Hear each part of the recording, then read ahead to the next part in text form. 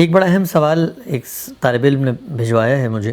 وہ لکھتے ہیں کہ آپ نے اپنی کتاب میں لکھا ہے کہ ابتدا ہی میں اس دائرے کے اندر البتہ اس کی حجت ہر اس شخص پر قائم ہو جاتی ہے جو اس کی صحت پر مطمئن ہو جانے کے بعد رسول اللہ صلی اللہ علیہ وسلم کے قول و فعل یا تقریر و تصویب کی حیثیت سے اسے قبول کر لیتا ہے.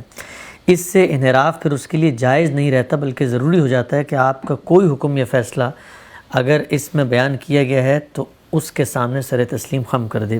میں حدیث کے بارے میں آپ نے بتایا. سوال یہ پوچھا گیا کہ اس اقتباس سے کیا یہ نتیجہ نکالا جا سکتا ہے کہ حدیث میں وارد کسی حکم کی نوعیت کو مد نظر رکھتے ہوئے اس کو حدیث ہی کی بنا پر واجب سمجھا جا سکے؟ یعنی سر تسلیم خم سے مراد کیا ہے؟ کیا سند اور متن پر اطمینان حاصل ہو جانے کے بعد اس کو مان لینا کافی ہے یا حکم کی نوعیت کے حساب سے اس پر قانونی اعتبار سے عمل بھی واجب ہے؟ یعنی حدیث ہم تک پہنچ گئی تو اب ہم حدیث کی بنیاد پر اس کو مانیں گے کہ یا اس کے اس ریلیشن کو پیدا کر کے کوئی اور چیز ہے جس کو ہم نے ماننا ہے؟ دیکھیے، یا تو وہ قرآن مجید کے کسی حکم کی شرح و وضاحت ہوگی یا سنت کا کوئی پہلو واضح کرے گی، اور یا یہ ہے کہ جو عقل و فطرت کے مسلمات ہیں ان کی بنیاد پر کسی چیز کی توضیح کرے گی. تو وہ چیز اپنی نوعیت کے لحاظ سے اپنا مقام تو بنا چکی ہے، وہ پہلے سے موجود ہے، تو یہ توضیح اس سے متعلق ہو جائے گی.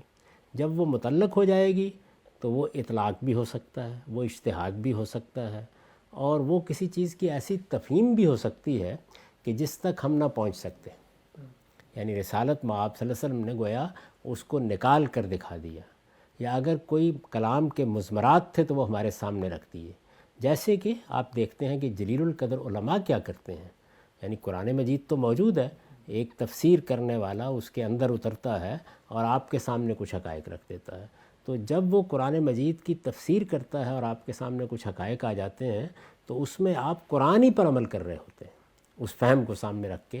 تو یہاں پر بھی یہی ہوتا ہے کہ وہ چیز واضح ہو گئی، رسالت مآب صلی اللہ علیہ وسلم کی نسبت سے واضح ہو گئی، آپ کا علم بے خطا تھا، اس لحاظ سے بڑی غیر معمولی دولت آپ کے پاس آ گئی. اب آپ جب اس ریلیشن کو طے کر لیتے ہیں، وہ جو بیان کیا گیا نا اس دائرے کے اندر، یعنی جو تفہیم و تبیین کا دائرہ ہے، جو اسوہ حسنہ کا دائرہ ہے، جو سیرت و سوانے کا دائرہ ہے، اس دائرے میں وہ آ گئی ہے. تو وہاں پر اس کی اصل حیثیت تو اس اصل قطعی سے طے ہو جائے گی جس پر وہ مبنی ہے. اب وہ توضیح جو ہمارے سامنے آئی یا وہ اطلاق جو سامنے آیا، اس اطلاق پر ہم سر تسلیم خم کر دیں گے، اس لیے کہ وہ اطلاق اب خدا کے پیغمبر نے کر دیا ہے، تو اس کی نوعیت یہ ہوگی.